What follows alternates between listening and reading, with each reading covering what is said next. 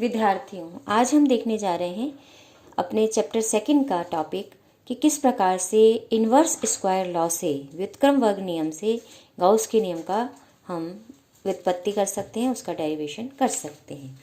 तो गाउस का नियम हम अच्छे से जानते हैं, वो विद्युत क्षेत्रों के लिए दिया गया था। आप पिछली क्लासेस में पढ़ चुके हैं कि जब किसी विद्युत क्षेत्र में स्थित बंद पृष्ठ से निर्गत कुल विद्युत फ्लक्स निकाला जाता है तो उस विद्युत फ्लक्स का मान उस पृष्ठ में परिबद्ध आवेश और विद्युतशीलता के अनुपात के बराबर होता है। अगर वो निर्वात है तो निर्वात की विद्युतशीलता ली जाएगी, अगर आपने विद्युत क्षेत्र को किसी माध्यम में लिया है तो माध्यम की विद्युतशीलता ली जाती है।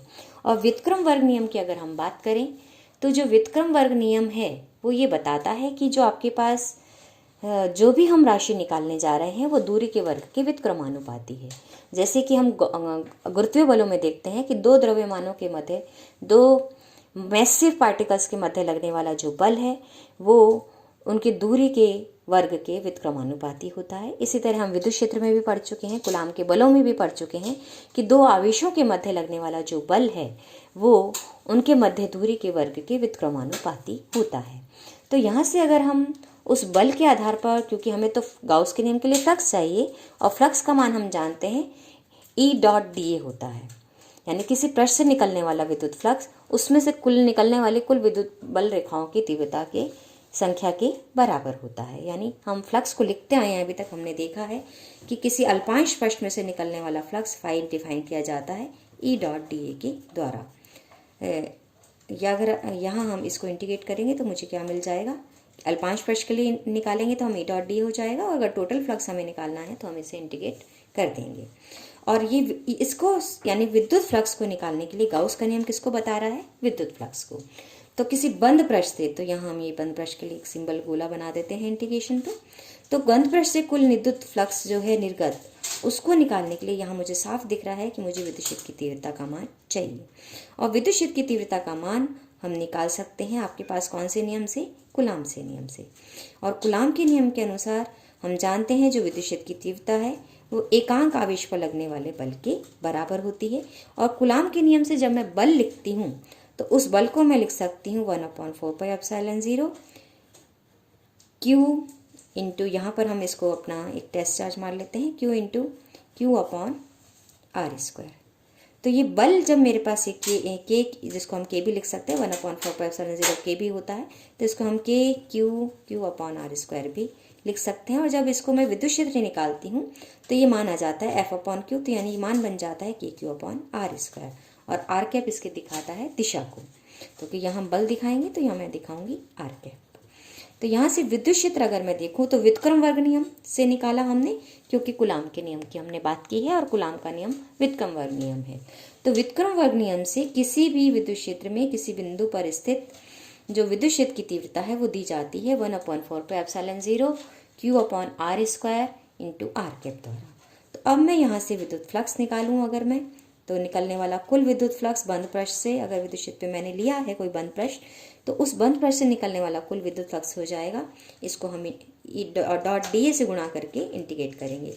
तो इंटीग्रेट करेंगे तो कांस्टेंट टर्म्स को मैंने बाहर ले लिया है, तो Q/4πε0 ये बंद पृष्ठ से इंटीग्रेशन हो गया r⁻⁴ क्योंकि E.dA किया है तो यहाँ पे .dA हो गया। अब ये E.dA जैसे ही मैं करती हूँ तो ये मुझे मिल जाएगा, क्योंकि दो वेक्टर्स का अदिश गुणनफल है ये, और अदिश गुणनफल है तो दो, हम जानते हैं कि दो वेक्टर्स का जब मैं अदिश गुणन करती हूँ तो A.B मुझे क्या मिलता है, AB A का परिमाण, B का परिमाण और cos ऑफ थीटा, उनके मध्य जो भी कोण है उनकी कोज्या।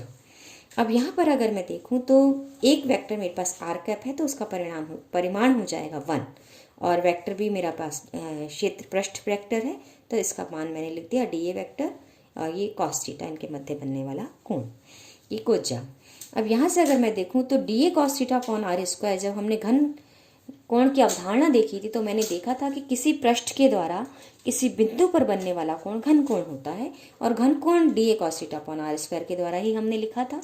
तो इसलिए ये हो गया इंटीग्रेशन d ओमेगा, यानी ये अल्पांश जो पृष्ठ है उसके द्वारा बनने वाला कोण d ओमेगा, और टोटल कोण निकालेंगे तो इंटीग्रेशन d ओमेगा। और संपूर्ण पृष्ठ के अंदर स्थित किसी बिंदु पर पृष्ठ द्वारा बना घनकोण कितना होता है, 4 पाई होता है। जैसे हमने गोलाकार पृष्ठ लिया था तो उसके अंदर सेंटर पर बनने वाला कोण हमने ज्ञात किया था, वो कितना हो जाता है, 4 पाई। तो उसी अवधारणा के आधार पर ये इंटीग्रेशन कुल पृष्ठ के लिए हम इंटीग्रेशन करेंगे तो ये 4 पाई आ जाएगा। तो यहाँ से जब हम इसको सॉल्व करते हैं तो बंद पृष्ठ से निर्गत कुल विद्युत फ्लक्स का मान मुझे Q/ε0 के अनुपात के बराबर मिलता है। इसका मतलब जो गाउस का नियम है वो व्युत्क्रम नियम से व्युत्पन्न किया जा सकता है कि किसी बंद पृष्ठ से निर्गत कुल विद्युत फ्लक्स का मान, उसमें परिबद्ध आवेश और जो भी आपके पास विद्युतशीलता है, माध्यम है तो माध्यम की विद्युतशीलता, निर्वात है तो निर्वात की विद्युतशीलता के अनुपात के बराबर होता है। या हम ये मान के चल रहे हैं कि जो भी यहाँ पर हमने माध्यम ना लेके क्या लिया है, निर्वात लिया है। अब यहाँ आगे हम चलते हैं और गाउस के नियम का अवकलन रूप देखते हैं। अब गाउस के नियम का अवकलन रूप हम किस आधार पर निकालेंगे? हम निकालेंगे, आपके पास हमने अभी तक ग्रेडियंट, डाइवर्जेंस, कर्ल का सबका अध्ययन हम कर चुके हैं। तो ग्रेडियंट, डाइवर्जेंस, कर्ल के रूप में हम जो भी मान निकालते हैं वो कहलाता है उसका अवकलन रूप। तो अब हम यहाँ में देखते हैं कि हमें गाउस के जो हमने नियम निकाला है विद्युत क्षेत्रों का, उसके लिए हमें अवकलन फॉर्म में क्या मिलता है, डाइवर्जेंस मिलता है, कर्ल मिलता है या ग्रेडियंट मिलता है। तो अब इसे हम देखने जाते हैं। हालांकि हम ये अच्छे से समझ चुके हैं कि चूंकि हम फ्लक्स की बात कर रहे हैं यहाँ पे गाउस के नियम में कि किसी बंद पृष्ठ से निर्गत कुल विद्युत फ्लक्स, तो जहाँ भी फ्लक्स आता है वहाँ संबंध हम किससे करते हैं, डाइवर्जेंस से, क्योंकि डाइवर्जेंस का संबंध किससे होता है, किसी भी विद्युत क्षेत्र के फ्लक्स से होता है। तो हमें यहाँ ये समझ में आ रहा है कि इसका मतलब हमें जो गाउस के नियम का अवकलन रूप निकालना है, हमें उसमें उसके विद्युत क्षेत्र के डाइवर्जेंस का मान हमें निकालना होगा, क्योंकि हम यहाँ पर विद्युत फ्लक्स की बात कर रहे हैं। तो डाइवर्जेंस किसका निकलेगा, विद्युत क्षेत्र का निकलेगा। तो अब हम इसको किस प्रकार से निकालेंगे वो हम देख रहे हैं। तो आपके पास जो गाउस के नियम के अनुसार हम देख चुके हैं समाकलन रूप, कि गाउस का जो समाकलन रूप है वो मुझे क्या देता है कि phi = इंटीग्रेशन बंद पृष्ठ पर E.dA = Q/ε0। अब हम ये मान लें कि जो मैंने बंद पृष्ठ के द्वारा जो भी आयतन परिबद्ध किया जा रहा है, इसका आवेश घनत्व क्या है, रो है। और आवेश घनत्व आप जानते हो हमेशा हम क्या देते हैं, आवेश बटे आयतन। तो dq, अगर अल्पांश की मैं बात कर रही हूँ तो dq dτ लिख सकती हूँ। dτ यहाँ क्या है, अल्पांश आयतन अल्पांश को यहाँ पर ये व्यक्त कर रहा है। और अगर ये आयतन अल्पांश है तो मेरे पास जो dq का मान हो जाएगा वो रो dτ हो जाएगा। और अगर संपूर्ण गॉसियन पृष्ठ से निर्गत कुल आवेश का मान निकालना चाहते हैं, उसमें परिबद्ध कुल कितना आवेश है इस गॉसियन पृष्ठ में, तो हम इसको क्या करेंगे, इंटीग्रेट कर देंगे, समाकलन करेंगे। तो इंटीग्रेशन dq का मान मेरे पास आ जाएगा q के बराबर। जो हम ये इंटीग्रेशन डॉ कर रहे हैं ये हो गया q। तो यहाँ से आपके पास q dq की जगह मैं यहाँ रिप्लेस कर सकती हूँ रो dτ से। तो जब मैं रो dτ से रिप्लेस करती हूँ तो अब यहाँ पर फाई में जब मैं इस मान को रख देती हूँ तो फाई का मान हो जाएगा E.dA बंद पृष्ठ से 1/ε0, q का मान रख दिया इंटीग्रेशन रो dτ बंद पृष्ठ पर बंद आयतन से। अब यहाँ पर गाउस के डाइवर्जेंस प्रमेय हम जानते हैं कि वो क्या करती है कि पृष्ठ समाकल को आयतन समाकल में बदलती है, आयतन समाकल को पृष्ठ समाकल में बदलती है, किसका उपयोग करते हुए, डाइवर्जेंस का उपयोग करते हुए।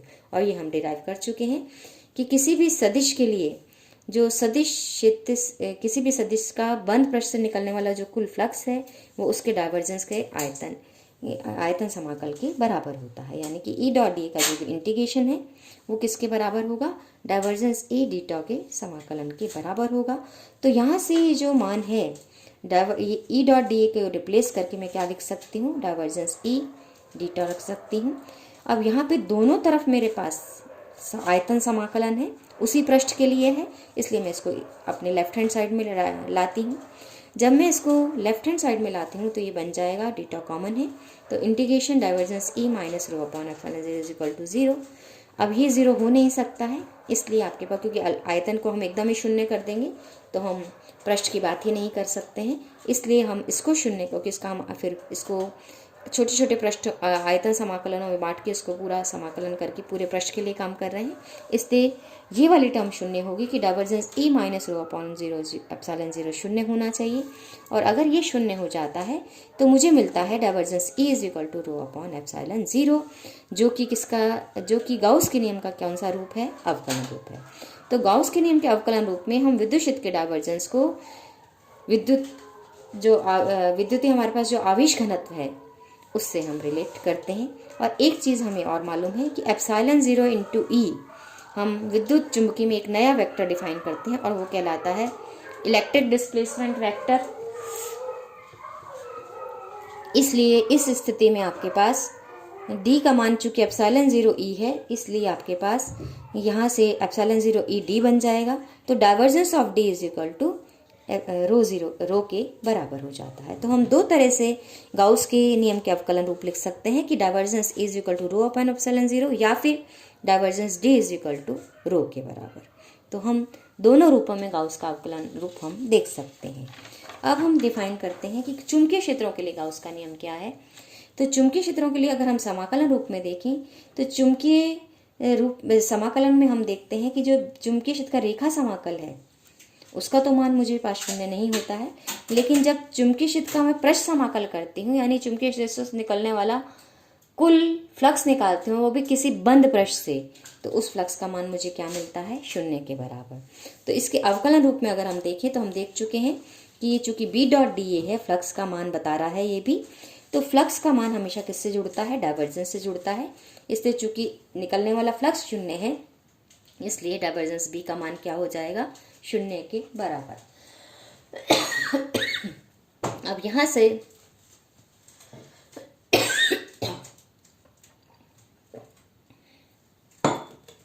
से अगर हम देखें तो हम क्या निष्कर्ष निकालते हैं कि अगर किसी भी इसका शून्य हो जाता है डाइवर्जेंस, तो हमने देखा था कि चुंबकीय बल रेखाएं हमेशा क्या बनाएंगी, बंद वक्र बनाएंगी। और अगर ये बंद वक्र बना रहे हैं तो उस स्थिति यानी ये कैसा सदिश हो गया, घूर्णी सदिश। आपके पास अगर किसी का अगर हम ये देखें तो हमने ये देखा था ये परिनालिकीय सदिश होते हैं जिनका डाइवर्जेंस क्या हो जाता है, शून्य हो जाता है, सोलेनॉइडल वेक्टर होते हैं। तो यहाँ पर इससे हम ये भी निष्कर्ष निकालते हैं कि डाइवर्जेंस भी 0 है, तो इसलिए चुंबकीय एकल ध्रुवों का अस्तित्व नहीं है। क्यों? क्योंकि हमने ये देखा था कि आपके पास जो इंटीग्रेशन ई डॉट डी ए है उसका मान होता है क्यू अपॉन एप्सिलॉन 0। यहाँ क्यू था एक एकल रूप से हम जब आवेश को डिफाइन करते हैं उसका मान। तो इसी सिमेट्री से अगर मैं देखूं तो चूंकि B dot D A integration का मान शून्य है तो इसका मतलब एप्सिलॉन जो म्यू है वो तो शून्य हो नहीं सकता, पारगम्यता शून्य नहीं होती है।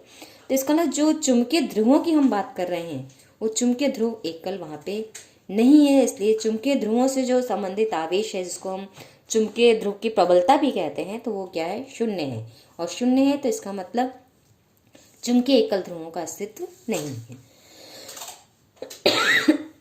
अब यहाँ से आगे हम चलते हैं और चूंकि हमने ग्रेडियंट, डाइवर्जेंस और कर्ल को हम कार्तीय निर्देशांकों में निकाल चुके हैं तो हम एक और पोलर कोऑर्डिनेट सिस्टम जो डिफाइन करते हैं स्फेरिकल और सिलेंड्रिकल, जिसे हम बहुतायत से यूज़ करते हैं, तो उसमें क्या क्या मान है। हालांकि हम इनके मानों को हम डिराइव नहीं करेंगे, लेकिन हम आपको जानकारी के लिए बताना चाहेंगे कि बेलनीय निर्देशांकों में और गोलीय ध्रुवीय निर्देशांकों में ग्रेडियंट, डाइवर्जेंस, कर्ल के मान क्या लिखे जाते हैं। तो गोलीय ध्रुवीय निर्देशांक होते क्या है ये हम हालांकि घनकोण में डिफाइन कर चुके हैं कि आपके पास जो भी स्थिति सदिश है वो जेड एक्स से जो कोण बनाता है वो थीटा होता है, उसका स्थिति सदिश आर से दिया जाता है। और जब बिंदु पी से इसका प्रक्षेप एक्स वाई प्लेन पे डाला जाता है तो एक्स के साथ फाई कोण बनाता है। तब उस स्थिति में मुझे निर्देशांक मिलते हैं गोलीय के आर थीटा फाई बिंदु पी के, वो क्या हो जाते हैं, X is equal to R sine theta cos phi, Y is equal to R sine theta sine phi और Z is equal to R cos theta, जहाँ आर का मान क्या है, ग्रेटर देन इक्वल टू 0 है। फाई वेरी करता है 0 से 2 पाई के बीच और थीटा वेरी करता है 0 से पाई के बीच। और बेलनी ध्रुवीय निर्देशांकों की जब हम बात करते हैं तो उसको निर्देशांक कैसे लिखे जाते हैं, रो फाई जेड से, जहाँ रो अगर हम समझें तो क्या है कि जो हमने यहाँ आर साइन थीटा लिखा था वो यहाँ क्या है, रो है, फाई एंगल फाई के बराबर ही, और ये जेड जो है वो जेड ही है। तो यहाँ हम क्या लिखते हैं कि Z is equal to Z है, X is equal to rho cos phi है और Y is equal to rho sine phi है, जहाँ रो का मान क्या है, ग्रेटर देन 0 है, फाई का मान वही 0 से 2 पाई के बीच है और जेड का मान माइनस इनफाइनट से प्लस इनफाइनट के बीच हो सकता है। अब यहाँ पर हम चलते हैं और हम ये देखते हैं कि हम ग्रेडियंट, डाइवर्जेंस और कर्ल को हमने देखा था कि जब हम ग्रेडियंट को व्यक्त करते हैं कार्तीय निर्देशांकों में तो हम लिखते हैं I cap del phi del X J plus J cap del phi del Y plus K cap del phi del Z. अब बेलनी निर्देशांकों में मेरे निर्देशांक क्या है, रो फाई जेड। तो यहाँ थोड़ा सा फाई का सिंबल मैं बदल रही हूँ, यहाँ फाई को मैंने कैपिटल फाई से लिख दिया है। तो यहाँ पे पहले फाई का परिवर्तन रो के साथ किस दिशा में, रो दिशा में, फिर 1 अपॉन रो फाई का परिवर्तन किस दिशा में, एंगल फाई की दिशा में, यहाँ ए फाई इसलिए हमने घटक लिखा है। और अब यहाँ किसका फाई का परिवर्तन किस दिशा में, जेड की दिशा में, और यहाँ इसलिए ए जेड कंपोनेंट हमने लिखा है। अब यहाँ पर गोलीय निर्देशांकों की बात करती हूँ तो फाई का परिवर्तन किस दिशा में, फाई का परिवर्तन किसके साथ, आर के साथ, 1/r। फाई का परिवर्तन किसके साथ, थीटा के साथ, 1/r साइन थीटा। फाई का परिवर्तन किसके साथ, एंगल फाई के साथ। यहाँ फाई क्या है, मेरे लिए एक अदिश राशि है।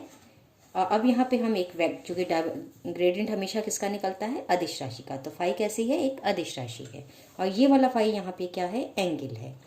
अब यहाँ पर हम जो डाइवर्जेंस निकालते हैं वो सदिश का निकालते हैं। तो किसी सदिश का जब हम डाइवर्जेंस कार्टेशियन कोऑर्डिनेट में लिखते हैं तो एक्स के साथ परिवर्तन क्या है एक्स कंपोनेंट का, वाई के साथ क्या परिवर्तन है वाई कंपोनेंट का सदिश के, और सदिश के जेड कंपोनेंट का क्या परिवर्तन है जेड के साथ। तो ये हम पहले डिफाइन कर चुके हैं। अब बेलनी निर्देशांकों में से कैसे लिखा जाता है, 1/रो del del rho A row phi, row A row plus 1/रो del A phi का परिवर्तन फाई के साथ और जेड कंपोनेंट का परिवर्तन जेड के साथ। यानी यहाँ परिवर्तन हम रो ए रो का देख रहे हैं फाई के साथ, और यहाँ फाई का परिवर्तन देख रहे हैं, इसके फाई कंपोनेंट का परिवर्तन देख रहे हैं एंगल फाई के साथ। इसी तरह यहाँ हम डिफाइन कर सकते हैं डेल डॉट ए गोलीय निर्देशांकों के लिए, जो कि हमने यहाँ इसको दर्शा रखा है। अब इसी तरह कार्तीय निर्देशांकों में हमने कर्ल को देखा था कि हम इस प्रकार दर्शा सकते हैं। तो बेलनी निर्देशांकों में हम क्या लिखते हैं, 1/रो, 3 कंपोनेंट आई की जगह हम क्या लिखते हैं, रो दिशा में एकांक सदिश क्या है, जे कैप की दिशा में लिखते हैं फाई की जगह एकांक सदिश क्या है, लेकिन यहाँ हमें किससे गुणा करना पड़ता है, रो से। और के कैप की दिशा में हमारे पास जो सदिश है वो है ए जेड कैप। तो यहाँ पर आई जे के यूनिट वेक्टर्स को हम ए रो ए फाई और ए जेड से हम रिप्लेस कर देते हैं। डेल डेल एक्स को डेल डेल रो से रिप्लेस किया, डेल डेल वाई को डेल डेल फाई से रिप्लेस किया, डेल डेल जेड जेड ही है, क्यों, क्योंकि बेलनी निर्देशांक के हमारे निर्देशांक क्या है, रो फाई जेड। तो यहाँ पर ए एक्स को किससे, ए एक्स कंपोनेंट को किससे रिप्लेस कर दिया सदिश के, ए रो से, ए वाई कंपोनेंट को किससे रिप्लेस कर दिया, ए फाई से, ए जेड को किससे रिप्लेस किया, ए जेड से, क्योंकि जेड इज जेड। क्योंकि कार्तीय निर्देशांकों में हम क्या लिखते हैं, एक्स वाई जेड कोऑर्डिनेट लिखते हैं। अब हम देखते हैं कि बेगोलियन निर्देशांकों यानी आर थीटा फाई में अगर मैं देखूं तो जो आई कैप है उसको किससे रिप्लेस किया है, यूनिट वेक्टर एक ए आर से, जे कैप को रिप्लेस किया है R A theta vector unit vector से, और के कैप को रिप्लेस किया गया है R sine theta A phi cap से। एक्स के साथ परिवर्तन की जगह आर के साथ परिवर्तन, वाई के साथ परिवर्तन की बजाय थीटा के साथ, और जेड की बजाय फाई के साथ परिवर्तन। अब एक्स कंपोनेंट की जगह A R component, A Y की जगह A theta R A theta लिखा जाता है, और ए जेड की बजाय R sine theta A phi. और यहाँ पर हम गुणा करते हैं बाहर इसके डिटर्मिनेंट के बाहर 1/r² साइन थीटा से। ये अब क्यों आते हैं, ये आप जब अगले वर्ष अध्ययन करेंगे आपके पास कर्वीलिनियर कोऑर्डिनेट्स का, तो आप ये सब यहाँ पर वहाँ पर डिराइव करेंगे, तो आप इसको अच्छे से समझ पाएंगे। अभी के लिए आप इन्हें याद कर रखेंगे। अब अगला हम डिफाइन करते हैं एक और संकारक जिसे हम कहते हैं लाप्लाशियन। और चूंकि मैं डेल संकारक देख चुकी हूँ इसीलिए मैं यहाँ इसको डिफाइन करना चाह रही हूँ। और डेल डॉट डेल यानी कि आपके पास जो नेबुला ऑपरेटर था या डेल ऑपरेटर था उसका स्वयं के साथ जब हम डॉट प्रोडक्ट करते हैं तो मुझे क्या मिलता है, डेल टू यानी लाप्लाशियन ऑपरेटर मिलता है। तो कार्तीय निर्देशांकों में अगर हम देखें तो डेल टू यानी डेल डॉट डेल का मान क्या हो जाएगा, I cap del del X plus J cap del del Y plus K cap del del Z का स्वयं के साथ डॉट प्रोडक्ट। और स्वयं के साथ करेंगे तो आई डॉट आई चूंकि 1 होता है तो del two del X square बन जाएगा, वाई डॉट जे 1 होता है तो ये del two del Y square बन जाएगा, के डॉट के 1 होता है इसलिए del two del Z square बन जाएगा। और बाकी सब टर्म्स चूंकि जिंदो होती हैं, I dot J dot I, के डॉट आई डॉट के, जे डॉट के डॉट जे सब क्या होती हैं, शून्य होती हैं, इसलिए ये लाप्लाशियन ऑपरेटर मुझे मिल जाएगा कार्तीय निर्देशांकों में। अब इसको आप अपने किताब में देखकर या यहाँ से देखकर याद रख सकते हैं कि हम बेलनी निर्देशांकों में कैसे लिखते हैं लाप्लाशियन किसी भी अदिश का लाप्लाशियन को, और गोलीय निर्देशांकों में किस प्रकार लिखते हैं किसी भी अदिश के लाप्लाशियन को। और इसी के साथ ही हमारा ये चैप्टर यहीं पे समाप्त होता है। धन्यवाद।